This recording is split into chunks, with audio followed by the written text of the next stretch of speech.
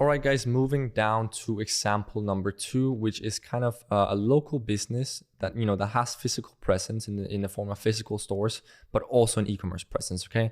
So yeah, it starts off with a subject line that states, "Your windows caught me off guard," right? It's kind of a mysterious subject line that definitely intrigues the reader to at least read the first part of the email, right? You're receiving an email in your inbox. Like, imagine this: you're a store owner who has a physical store in some city, and you receive an email with the subject line, "Your windows caught me off guard," right? You're obviously going to be intrigued and think, "Oh, what might be the contents of this email," right? So you start reading, and then it says, "Hi, Peter. I recently saw your store while strolling through Stockholm. The window display had me intrigued at first glance, so I had to go in and take a look at your product." Okay. At this point, you're already, giving the business owner a smile on their face, right? You're really just making this email all about them, right? This is as the least egocentrical it could be. You're making it all about them, okay? Now, I gotta say, I was sold from the second I put the first shoe on. By the time I stood up and did a quick demo walk with both shoes on, I knew that one pair wouldn't be enough, so your friendly employee set me up with 2, okay? So yeah, again, just making it all about them, and you're actually stating you went to their store and you even bought their product, okay? Now, obviously, in most cases, you will not have bought your prospect's product, but in any way, shape, or form, we can relate this to their product, saying that you've tried their product, considered buying it, saw it in a store, or saw it on the web shop. The more you can relate this to real life and connect it to yourself, the more authentic your email will come across, okay? And so this is the ultimate example, right? You went to the store, you bought their product, and you liked it, right? That's the ultimate example. But if you don't have their product, you say, well, you looked at their product or you considered buying it, right? The more you can relate it, the more effective it will be. And so yeah, this is just, again, an opening that gives context, right? You're giving as much context as you possibly could. This is so much context that half would be enough, right? Now, continuing on, as I got home, I did a bit more research on your brand, and I honestly enjoyed your overall branding plus aesthetics. And your web shop seems to be working just as well, if not better, than your physical store, okay? What surprised me though was the fact that you're not currently running any ads on Facebook and Instagram, okay? Now, this sentence in itself is not that good because it's a little bit of a red alarm for any business owner, because they've probably read this sentence before, right? Oh, what surprised me was that you're not running any ads on Facebook and Instagram. But because we've given so much context at the beginning of the email, we can justify just having this short sentence, which is very precise and very concise, even though it's a little bit salesy, because we move on with the pain point right here. It's always interesting for me to see, because throughout the past 6 months, so we're talking about this, right? What surprised me was the fact that they're not running any ads on Facebook and Instagram. And that's always interesting for me to see, because throughout the past 6 months, I've helped 3 companies, and you can specify them here if you have any case studies, like yours, go from anywhere between 30,000 to 60,000 in monthly revenue to now more than between 75,000 and 250,000 in monthly online sales, okay? So you guys can, again, tail these numbers if you want. You might be comfortable putting much lower numbers like 5,000 to 30,000 here, right? You can put much more humble and low numbers here, but you're identifying the pain point, right? They might be sitting at $30,000 or euros in monthly revenue by the time they're reading this, and they're reading that you've taken similar companies to 75 to 250,000, €250,000 in monthly revenue, right? So you're just identifying the pain point. They're in a current situation. They want to go from point A to point B, and you've helped other companies do that. So you could probably help them do it too. In other words, I've literally more than tripled the online revenue for companies just like yours, and I know I could do the same for you, right? So again, further magnifying their pain point and then illustrating the solution. Illustrating the solution right in front of their eyes, okay? Now, if you're feeling comfortable in your current spot, you can disregard this email and just take my compliments on your incredible brand, okay? So this is just solidifying our authenticity. We're saying, if you're feeling comfortable with the way your business is currently run and your current monthly revenue, you can just disregard the rest of this email and just take my compliments on your amazing, amazing brand, right? But this kind of makes them want to read more because you're being that authentic. And so you say, but if you're ambitious about taking things to the next level and growing your revenue by 100 to 300% in the next 6 to 12 months, then I suggest that we grab a quick coffee meeting, but it'll be online. So please bring your own coffee. Okay. So this is just a little bit of a pun intended, a little bit of a irony they'll put a smile on their face, and again, solidifying your authenticity. Okay, now I don't recommend doing this with every single email outreach, but it can be, interesting to experiment with this kind of irony in some emails. Okay, and this is really this is your job to analyze the prospect that you're sending an email to. If you can tell from looking at their LinkedIn profile or their Facebook profile or whatever profile you might have seen, if you can tell, or by their company profile, so by the way they've branded their company, if you can tell that this is a person who would like to joke around a little bit, or who wouldn't mind a little bit of humor in a sales email, then you can include something like this. Okay, but if you, on the other hand, can tell that they're very serious, very black on white, and their branding is very straight to the chase, then I would not include something like calling it an online coffee meeting and saying that they should bring their own coffee because the meeting is online, right? So you really have to analyze the prospect in this way and tailor the email accordingly, okay? I love to discuss and explain exactly how we can grow your online sales by a couple of 100% in the next few months. So please locate a time slot that fits into your schedule here and lock it into your calendar, okay? Again, calendar link, simple, and then simple finish, best regards, Sander Stage, okay? Now you can also, do your email signature here with your company name, even company addresses, and perhaps your company, your agency's website as well, okay? Here I've just put in a very simple one. We actually have an email signature that we use for our emails, but here I've just written best regards Sander Stage for the sake of the example. All right, guys. So moving down to cold email example number 3. Now this one has a particular focus on the competition and utilizing this as the particular pain point we illustrate in this email. Okay. So the subject line states, "Excuse my digging." Okay. Now again, a little bit of a mysterious subject line that kind of makes them want to read on. And so we get into the context immediately. So we say, "Hi, Aaron. I just stumbled across your LinkedIn profile while snooping around my second or mutual connections in the New York area as I'm planning a trip in the near future." Okay. So giving a lot of context. Now you can use this, for example, if you've been, searching for leads on LinkedIn, as I've showed you how to do in the LinkedIn module. You would know that you can go to people that you have mutual or second connections with in a specific area, right? So here we're saying we found him while looking through people we had mutual connections with in the New York area, right? That's how we found his profile. So giving a lot of context from the beginning, okay? And then we're just, explaining who we are. So we say, "I'm Sander Stage on LinkedIn. I believe John Menkins is our common connection," okay? So this is not talking about yourself. This is just saying, giving the context being, "Oh, I found you because John Menkins or whoever might be your mutual connection. That's our mutual connection. That's how I found you," okay? Nevertheless, your profile, well, more so your company, intrigued me, okay? So I did some further digging, excuse me. And so this is the context leading back to the subject line, right? "Excuse my digging." So now they'll know why we made this our subject line. Nevertheless, your profile, well, more so your company, intrigued me. So I did some further digging, excuse me. Again, a little bit of humor in this context, okay?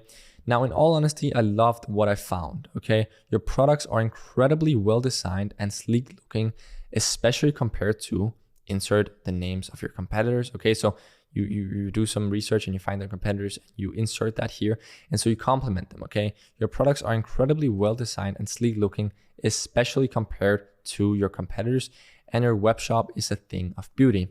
Now, one thing that really surprised me though was the fact that you're not currently running any Facebook and Instagram ads. Is there a particular reason for this, or have you just not considered it yet? Okay, so you're kind of asking them a question that will already start to make them think that they should actually respond to your email, okay? But being honest with you, sorry, I went a little bit too far there. I did a little research and quickly found that competitor, okay, so I can find their competitors, are crushing it through their ads. I'd estimate that their ads alone are responsible for 40% of their current revenue, okay? So this is the pain point, right? You're saying they're not running any ads, but you're saying this competitor and this competitor are crushing it with their ads, and you'd estimate that 40% of their competitors' revenue are coming through ads, right? And so they might be in a period where they're seeing their competitors grow quicker than them, and they're thinking, why is this happening? And well, now you're telling them, right? It's because their competitors are crushing it with ads, okay? But being honest with you, we could have done it better together, okay? So this is the best way of providing a solution, okay? A remedy to that pain point that you've just illustrated, right? You've just kind of rubbed salt in that wound and pinpointed their pain point, but now you're providing the most beautiful form of remedy to that pain point, which is we could have done it better than your competitors together, right? So you're already making you and him seem like a team, right? You're a team. We could have done it better than your competitors together, right? Now I'm quite well versed in the universe of, again, in this insert industry, right? So I'm quite well versed in the universe of whatever they might be doing, and my life literally revolves around scaling the online revenues of e-commerce businesses like yours by anywhere from 150 to 250% in 4-month cycles. Okay, so again, this is a little bit of technical terms. You say, oh, we work with businesses, and every 4 months we schedule their revenues by 150 to 250%. Okay, so these are a little bit random numbers, but they're to give some technical context and to seem very calculated. Okay, and so we're finishing off here by saying, I love to jump on a personal online coffee meeting / strategy session free of charge and explain exactly how we could achieve similar results to you. Okay, and then pick any time slot that suits your schedule. We'll plan accordingly. Okay, so we have the CTA right here, which is point number 4. We have the point number 3 here, which is offering the actual solution. Okay, actually that starts from here. Okay, so we're saying, being honest, we could have done it better together, and then offering the solution to them. And point number 2, magnifying the prospect's pain point. We're doing it that right here. Okay, so saying they're not running ads and seeing that their competitors are doing incredibly well through ads. And basically all this part of the email is point number 1, opening with a good context. Okay, so we literally covered all bases and all aspects in this email. Let's move on to email example number 4, and this one is all about them lacking online presence and you kind of magnifying that problem. Okay, so again, the subject line here states, we wish we had found you instead. Again, another subject line that gives a little bit of mystery and makes the reader just want to read more. Okay, now guys, it's important for me to stress, I don't recommend that you copy these subjects and these email bodies one-to-one. They're just to give you context and inspiration for when you're reading or writing your email. Okay, so we wish we had found you instead. If you're a business owner and you're receiving this email, you're probably going to read it, right? So again, hi Will, I'll be 100% honest with you. I didn't find your company when looking for a new mattress about 1 month ago, and so I ended up purchasing it from someone else. Okay, actually what you're doing here is, not only are you giving context, because you're giving a lot of context here, but you're also starting to move towards the pain point, which is the fact that you actually purchased a product that they sell, but you purchased it with a competitor. Okay, and so you say, it's a shame though, as your product looks quite a lot better than what I'm now sleeping on. Okay, so if you guys didn't catch this, we're talking about mattresses and beds. Okay, so we're in this example, we're writing an email to a bed company, right, that sells mattresses and beds. Just giving some more context here and actually kind of teaming up with them and complementing the way their product looks and should feel. Okay, nevertheless, to cut to the chase, I help businesses like yours avoid the problem that we have here, which is the fact that you're not present on people's handheld devices when you need to be. Okay, so this is the pain point, right? And the solution at the same time, because we're saying the problem here, when I was buying my bed, was that your company was not on my device, right? That was the problem, and you should have been, right? Or you should have actually been even 3 months before I bought my mattress, right? That's the power of social media marketing and running paid ads. You'll show an ad for a bed or a mattress to someone who might be needing that mattress 3 months down the line, right? And you make them realize that they need that, okay? So we're pinpointing the fact that they're not on people's handheld devices when they need to be, okay? So that's the pain point. Oops. And then we say, to be a bit more specific, I manage the social media marketing efforts of a few e-commerce businesses, and we've scaled multiple businesses to and past the $1 million per month mark in online sales. Okay, so just really giving some context and saying we're very serious about this, and we've actually grown businesses like yours past $1 million per month. Okay, again, you guys can tailor and write these numbers however you want. You could put this at 50K or 100K or even less than that, right? But for us, because we have the experience, we can write more than $1 million per month. Okay, that's what we've grown business to. Okay, and so we're just building some authority for ourselves by writing this. Okay, and then we're saying, look, I'm not saying that we can scale your business to $1 million per month within the next 6 months or even the next year for that matter. That would depend on your current infrastructure. Okay, so again, implementing some realism. Okay, being realistic in this email and saying look, we're not saying that even though we've done it for other businesses, we're not saying that we can grow your particular business to more than $1 million per month within the next 6 months or even the next year for that matter. But that depends on your current infrastructure, right? So just implementing some realism and being entirely realistic with them, okay? And then we say, but being entirely realistic, I know that we can at least double or triple your current sales in 2 to 3 months and then scale your business further from there, okay? So kind of providing them with a solution and making them want your service, okay? It's all about leading towards that call to action and making them want it more and more, so they'll actually end up booking in a meeting with you, okay? But I prefer to keep this email as short as possible, as I'd rather just explain it to you, how over an online meeting, right? Now, if you're interested in taking your company to the upper echelon of bed companies, then I'd love to explain how we could achieve this for you through an online meeting. And you can choose any time slot that suits your schedule. We'll plan accordingly. Again, same call to action here. And then we're writing a little bit of a cheeky sentence here, which is, I'm hoping to receive a notification on my phone letting me know that you've booked in a strategy meeting with me, Will. Okay. So this is kind of a little sentence that I like to add at the end of some of my emails, which is, I'm hoping to receive a notification on my phone letting me know that you've booked in a meeting with me, right? Because this is gonna, subconsciously make them want to book in that meeting with you, because they want their notification to pop up on your screen, right? That's going to make them feel like they're present in your life and that they're making impact, and that you're just subconsciously making them want to book in this meeting, right? So you're saying, oh, I'm hoping to receive a notification on my phone with your name on it that you've booked in a meeting, right? That's gonna up your chances of them actually booking a meeting with you. Okay, so that's a good sentence to add at the bottom of particular emails. Okay. Now, moving on, as you can see, this was email example number 4, right? This is actually 4.1, and that's because it's the exact same emails, but this one is with Looms integrated, okay? So up here, we had, the online meeting part, which extends from here to here. These 4 paragraphs are all about booking in the meeting, right? Now, here we have the exact same, email, which ends right here. And then instead of talking about a meeting, we wrote, I decided to sit down and spend a bit of time recording a personal video that explains exactly how we could achieve this for you. You can watch it on Loom here. I would love to hear your thoughts, right? And then you insert the Loom link right here. And then you say, if you like the video, I'd love to explain how we tailored our strategy to your business through an online strategy session, which is naturally free of charge.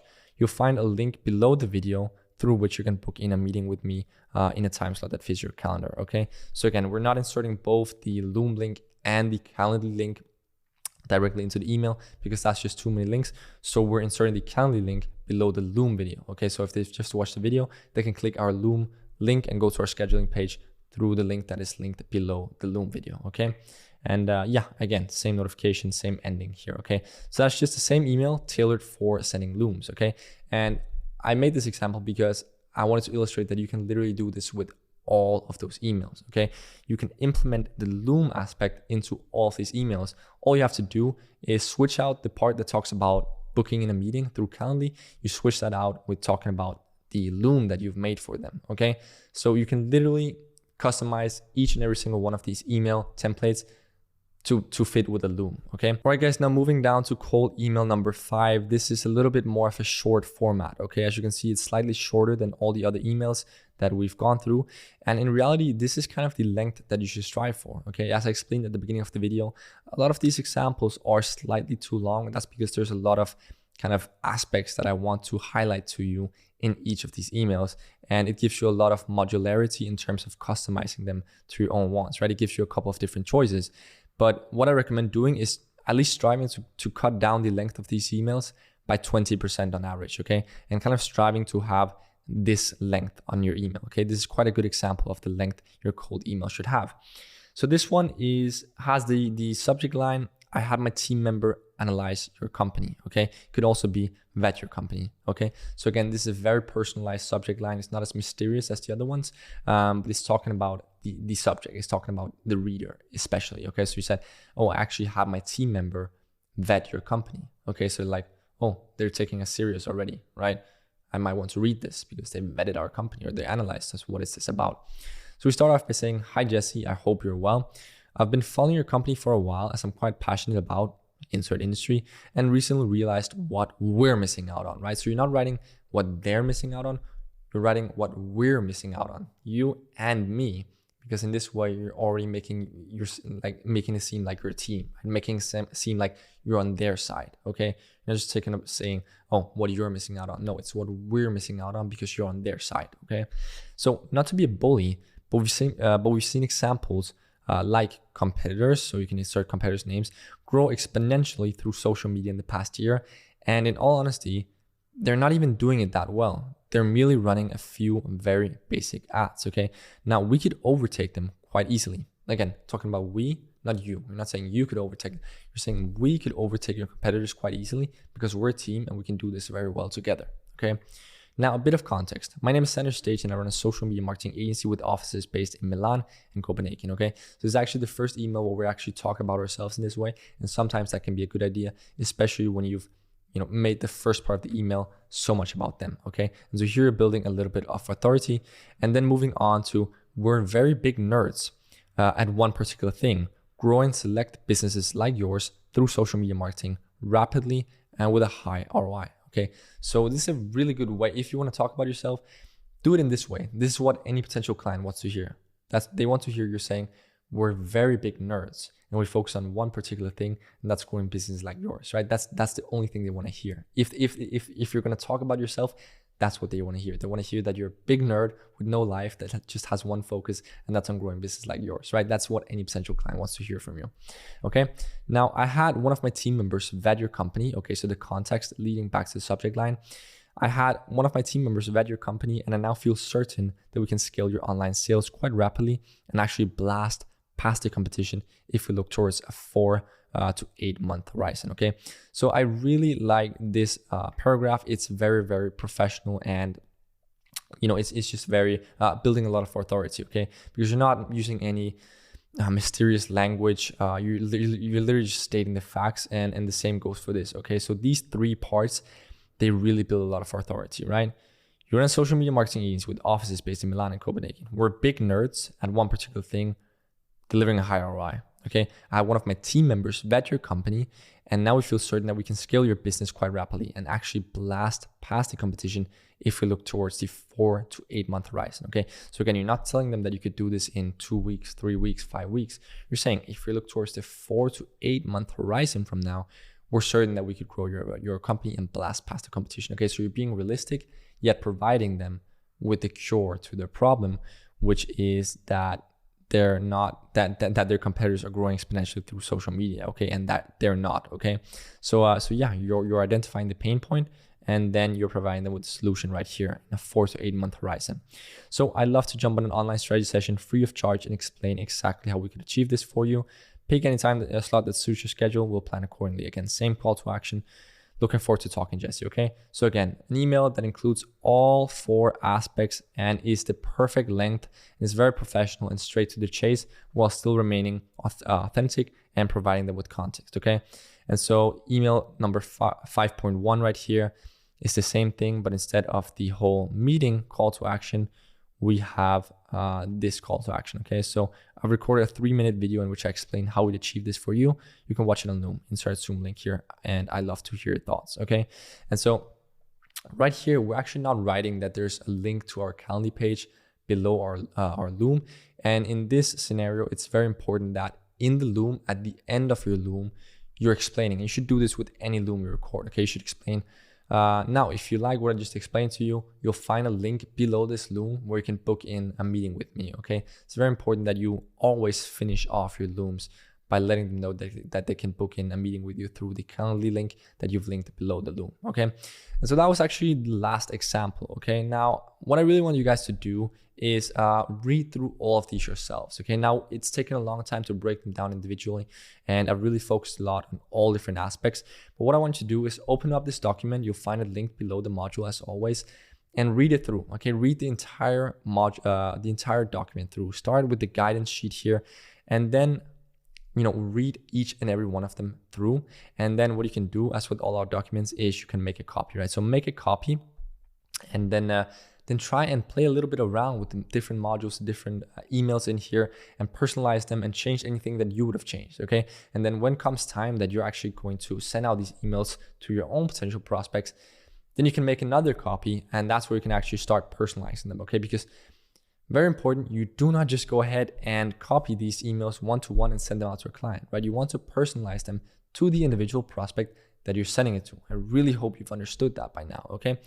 And so yeah, that's going to be it for this video. Again, we're not talking about any fancy emailing softwares right here, any fancy automation softwares.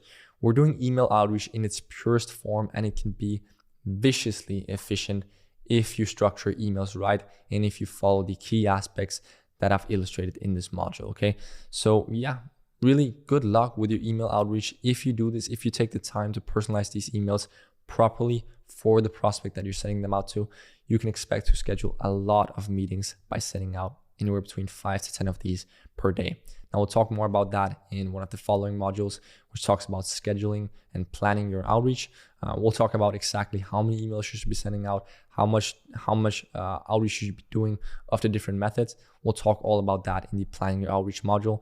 But yeah, what I'm saying to you is that if you send out anywhere between 5 to 10 of these per day, your calendar would literally be packed with meetings, and it'll be impossible for you not to sign quite a few clients in a matter of quite a short time frame. Okay, so I really hope that you enjoyed this module, and I'll see you in the next one.